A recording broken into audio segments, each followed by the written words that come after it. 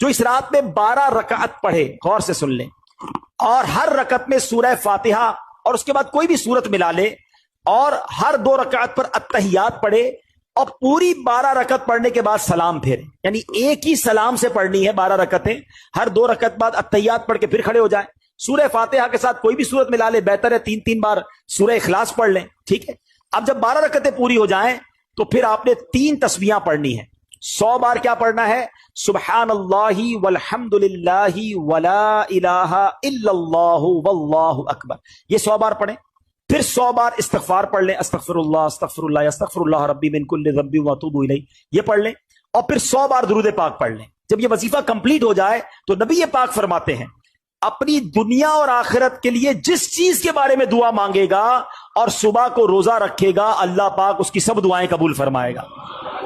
سوائے اس دعا کے جو گناہ کے لیے ہو۔